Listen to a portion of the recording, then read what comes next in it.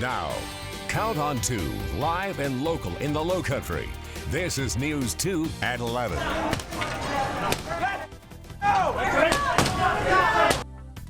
Democracy under fire in the nation's capital, but tonight lawmakers not letting thousands of protesters stop the process of certifying election results.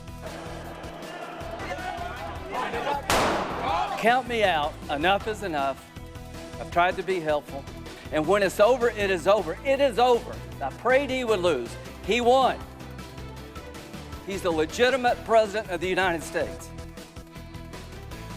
Lawmakers locked in their offices for hours are reacting and changing opinions after the first storming of the Capitol building in more than 200 years. Come on, let us through. Just let us through. New at 11, a first-hand account of that siege on Congress. I'm Katie Turner with brand new video showing Capitol Police putting up little fight to storming protesters. Quite a day, quite a night. Good evening and thanks for joining us. I'm Brendan Clark. Happening right now, the Senate has rejected the objection to Arizona's electoral votes.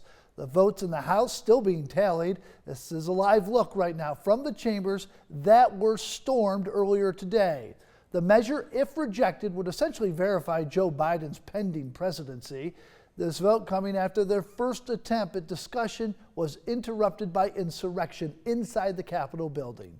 During this time, one woman was killed. Hundreds of law enforcement officers deployed, thousands of protesters broke laws, and the nation's democracy really was challenged.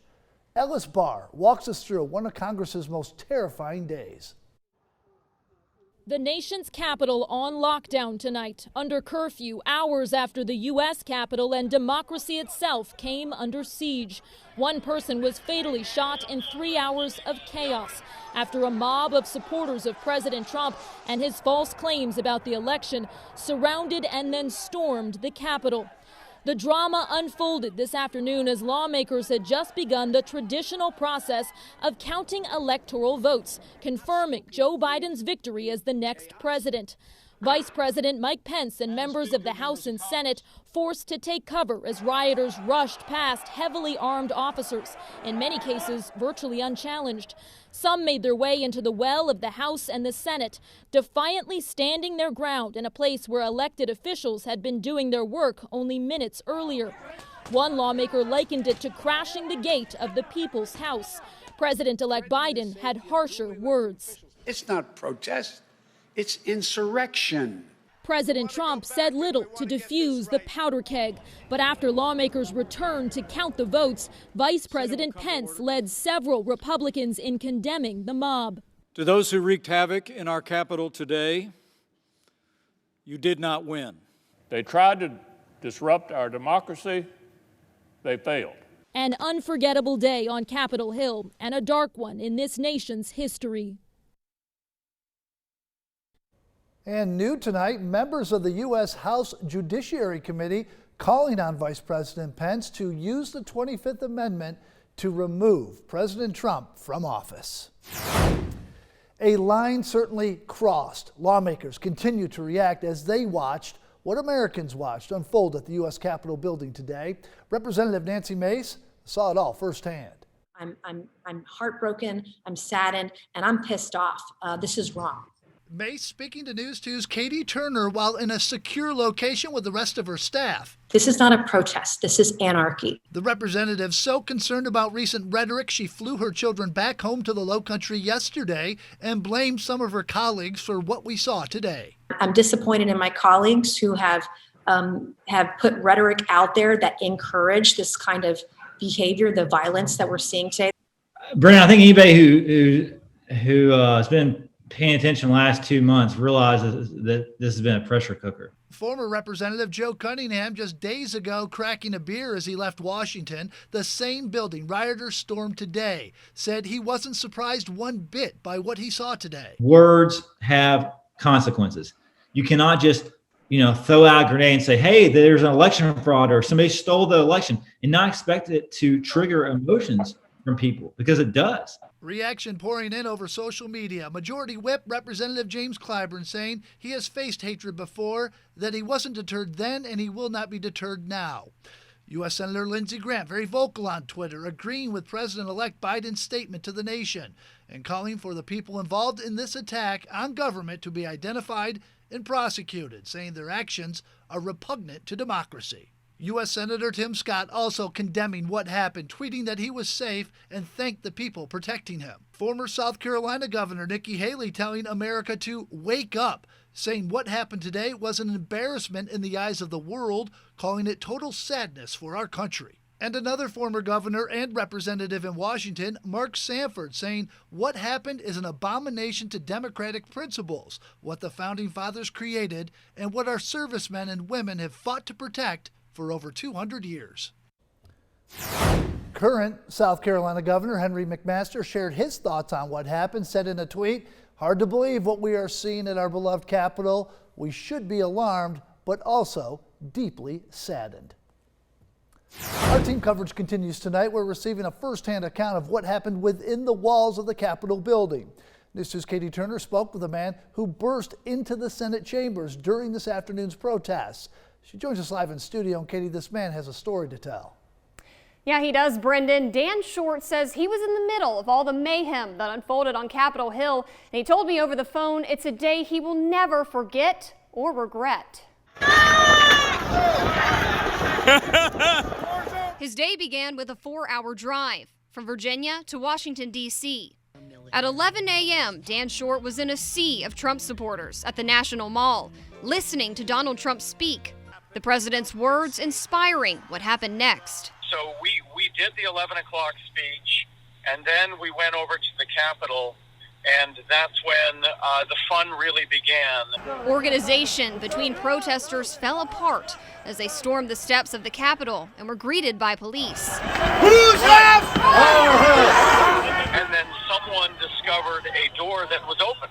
He says he was in a group that decided to approach the officers who were guarding that door. And I will just say that we persuaded them to let us enter. Let us through. Just let us through. No one wants to get hurt. According to Short, they made their way into the Senate chambers. The cops at that point, and it was a lot like a scene from the movie 300. You know how they sort of get, shoulder to shoulder. We the people! And then they began pushing us as they set off tear gas. With hundreds of people jammed into the chambers, he says it was only a matter of time before police would find their way in and start making arrests. I exited the opposite side of the Capitol and got the greatest tour of the Capitol building anybody has probably ever had. Outside on the grounds, Short says he was able to dodge the tear gas and rubber bullets on his way out. I mean, I wanted to have fun. I wanted to send a message. I didn't necessarily need to spend a week in jail. Short tells me he received a message that has led him to believe he will soon receive a call from law enforcement. For now in studio, I'm Katie Turner. Count on 2. And we do now know that at least 47 people who were part of those protests are facing charges. And new tonight, U.S. Attorney from South Carolina, Peter McCoy, says he will prosecute any South Carolinian who traveled to Washington, D.C. and committed crimes at that protest. Democrats sweeping the Georgia Senate runoffs. This afternoon, Democrat Jon Ossoff was declared the winner over incumbent Republican Senator David Perdue. This as Democrat Raphael Warnock is projected to beat Republican Kelly Loeffler. Under Georgia law, candidates can request a recount if the margin is less than or equal to 0.5 percentage points. We have full reaction from local lawmakers, also all the videos as these events unfolded into the day and night tonight at the Capitol. It's all on our website, counton2.com. Rob?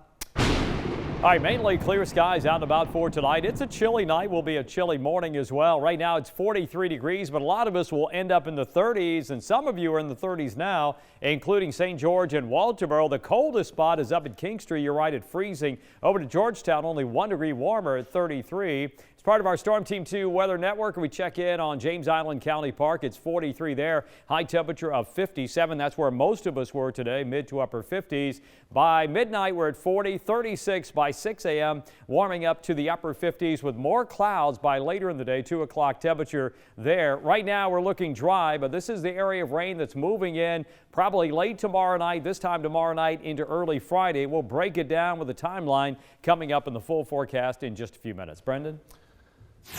New tonight, one man facing charges in connection to a hit and run that injured a child that happened yesterday on Vesely Drive near Charles Fort Way in Berkeley County. According to officials, Nicholas Drew Myskowski was driving a 2015 Chevy Camaro, the one you see right there backing up. He struck a 5-year-old boy, allegedly, who was on a bicycle. Myskowski is facing charges of leaving the scene of a collision with great bodily injury and is currently being held at the Berkeley County Detention Center. 4,037 new COVID-19 cases confirmed in this state today, brings the total number of cases to over 306,000. Also, 71 additional deaths reported today, brings that total to 5,139. One day after Governor McMaster set a deadline for healthcare workers to sign up for their COVID-19 vaccines, state health officials gave an update on their efforts to vaccinate people in the state. They say as of this afternoon, 36% of Pfizer doses received from the federal government have been administered to South Carolinians so far. They say they're asking people in Phase 1A and their employers to contact their local hospitals to schedule an appointment. Our ultimate goal is still to save South Carolinians' lives. DHEC remains dedicated, just as we have been this whole pandemic, to working with our partners to ensure in this situation that everyone who wants to be vaccinated against COVID-19 in South Carolina will receive a vaccine. But it is going to take some time. DHEC says in addition to the 52,000 people who have already been vaccinated, another 69,000 Phase 1A individuals have made appointments for vaccinations. The second dose of the Pfizer COVID-19 vaccine being administered to staff and physicians at Trident Medical Center. First doses were administered back in mid-December. News 2's Riley Benson was there as hospital staff received their shot. Officials say this is a big step forward. Yeah, that's right. Trident Medical Center received 1,900 doses of the COVID-19 vaccine. All have been administered to both staff and physicians. More than 90% of the hospital's frontline workers have received the vaccine so far. Hospital staff tell me it's a good first step. I feel good. I'm glad that I have my completion of my vaccination. I'm encouraging people to do that as well. A rush to get vaccines administered. Trident says so far more than 1,900 team members have been vaccinated. 21 days ago we started this with a very aggressive thought process. Let's vaccinate the healthcare system. Second doses going out to complete the first phase. Chief Medical Officer Lee Biggs says most of the hospital's critical workers have received the vaccine. Very promising when we saw our frontline areas in critical care and emergency services and inpatient COVID areas want the vaccine at over the 90% rate. For Trident staff, it's about helping as many as possible. If we can efficiently vaccinate our healthcare system as quickly as possible, then those individuals that need the vaccine in future phases can get to it faster. A statewide effort to speed up the process. Biggs says Trident is hopeful to make the vaccine available to as many as possible. We will participate in however the state wants us to support this effort. A sense of hope, more help is on the way. And it's really nice to see some light at the end of the tunnel. Now we know January 15th is the date that hospitals have been asked to administer their initial doses of the COVID-19 vaccine. And while some say they might struggle to hit that deadline, Trident says they might even finish a few days early. Reporting in North Charleston, Riley Benson, Count on 2. Next on News 2. COVID-19 and the flu are going around at the same time. Find out how many people are treating themselves at home. And time for our fishing forecast. Get out there early tomorrow because early on Friday it's going to be rainy. So low tide at 8:28 in the morning, high tide at 2:18 in the afternoon. Winds out of the northeast at 10 knots. That chance of rain though late in the day, more likely overnight. So I think you're okay during the day. Hey, don't forget, check us out on 101.7 Chuck FM for the latest Storm Team 2 weather forecast. You're watching News 2 at 11. Trending right now on our website and app, an inmate died at El Cannon Detention Center has been identified. State DNR has received a $1 million grant for wetland restoration in Georgetown County. And North Charleston's St. Patrick's Day Festival has been canceled this year. Stay in the know on the go with the News 2 app, sponsored by the Carolina Ford Dealers.